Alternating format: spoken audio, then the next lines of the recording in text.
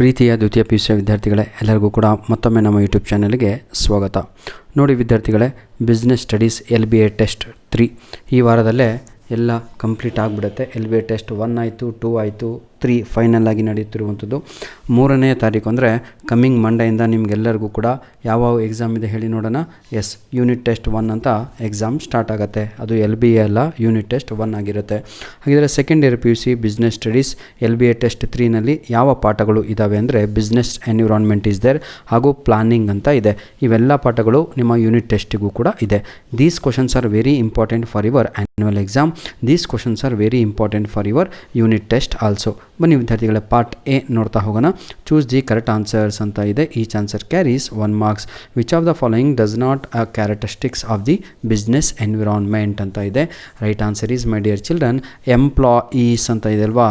Option C, that is the right answer. Name the function of management which involves setting objectives ಅಂತ ಇದೆ. Right answer is directing is the right answer. Question number 3, which first step in the planning process is ಅಂತ ಇದೆ. ನೋಡಿ, ಇದು last year exam 3 ನಡೀತಲ್ವ, last ಅದರಲ್ಲಿ ಕೇಳಿದಂಥ ಒಂದು ಪ್ರಶ್ನೆ.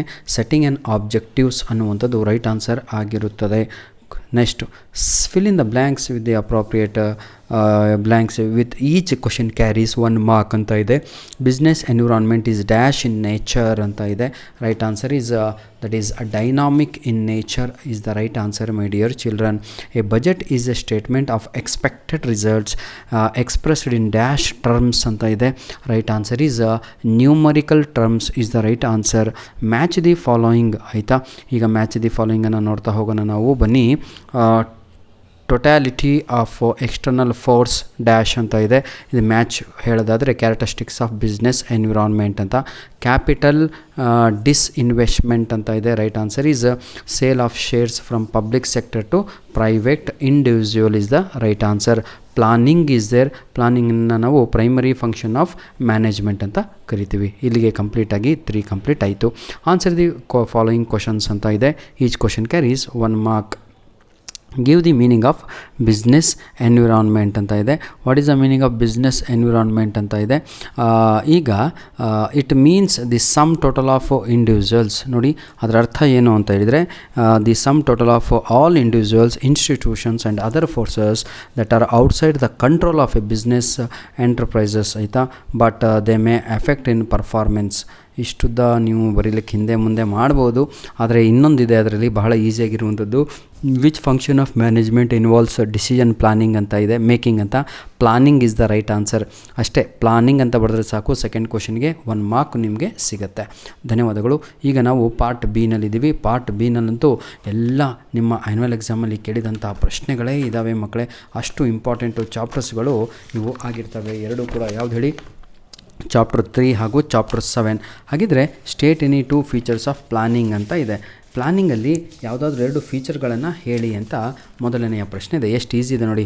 Planning first ಅಂತ ಹಾಕಿಬಿಟ್ಟು ಪ್ಲಾನಿಂಗ್ ಈಸ್ ಕಂಟಿನ್ಯೂಯಸ್ ಅಂತ ಬರೀರಿ. 2 ಮಾರ್ಕ್ಸ್ ಸಿಗಲ್ವಾ, ಮುಗದೆ ಹೋಯ್ತು. 1 ಲೈನ್ ಬರೆದ್ರೆ ಮಾರ್ಕ್ಸ್ ಸಿಕ್ತು. Planning is continuous. ಬಿ ಅಂತ ಹಾಕಿ it is a primary function of management ಅಂತ ಬರೀರಿ. ಮುಗದೆ ಹೋಯಿತು. ಇಷ್ಟೇ sir answer. State any 2 limitation of planning ಅಂತ ಇದೆ. 2024 ಎಕ್ಸಾಮ್ 1ನಲ್ಲಿ ಬಂದಂತಹ ಪ್ರಶ್ನೆ. State any 2 limitation of planning ಅಂತ.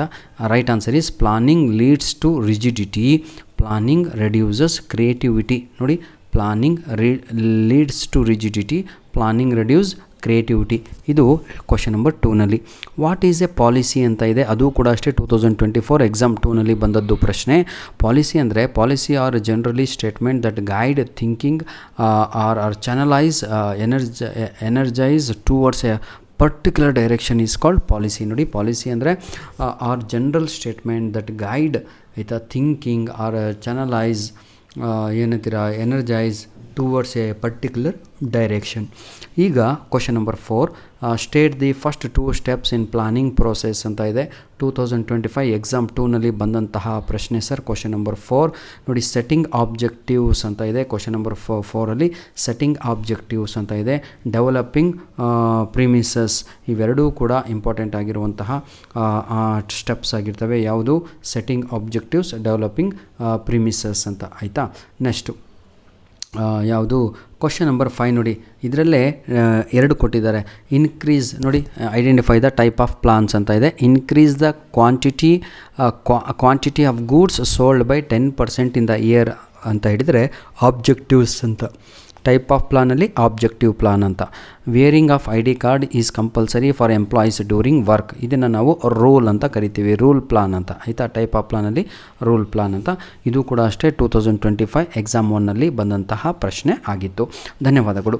ಈಗ ನಾವು ಕಂಪ್ಲೀಟಾಗಿ 2 ಮಾರ್ಕ್ಸ್ ಕ್ವಶನ್ಸನ್ನು ಮುಗಿಸಿದ್ವಿ. ಪಾರ್ಟ್ ಸಿಗೆ ನಾವು ಬರ್ತಾಯಿದ್ದೀವಿ ಮಕ್ಕಳೇ. Answer any 3 of the following questions ಅಂತ ಇದೆ.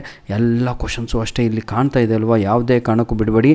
All questions are very very very important for your annual exam. ಧನ್ಯವಾದಗಳು. ಇವೆಲ್ಲ ಪ್ರಶ್ನೆಗಳು ನಿಮ್ಮ ಯೂನಿಟ್ ಟೆಸ್ಟ್ 1ನಿಗೂ ಇಂಪಾರ್ಟೆಂಟು, ಎಲ್ಲ ಪ್ರಶ್ನೆಗಳು ಮಿಡ್ ಟರ್ಮ್ ಎಕ್ಸಾಮಿಗೂ ಇಂಪಾರ್ಟೆಂಟು. ಈ LBA 1, LBA 2, LBA 3 all questions are very important. ಯಾಕೆ ಪದೇ ಪದೇ ಹೇಳ್ತಾ ಇದ್ದೀನಿ ಅಂದರೆ ಭಾಳ ಜನ ಅದನ್ನೇ ನನಗೆ ಕಮೆಂಟ್ ಮಾಡಿ ಕೇಳ್ತಾ ಇದ್ದೀರಾ. Please send your question papers, LBA 2 ಆಗಿರ್ಬೋದು, LBA 3 ಆಗಿರ್ಬೋದು, to our mail ID ALLININONE1PDF99@gmail.com. God bless you all, my dear children. Do well.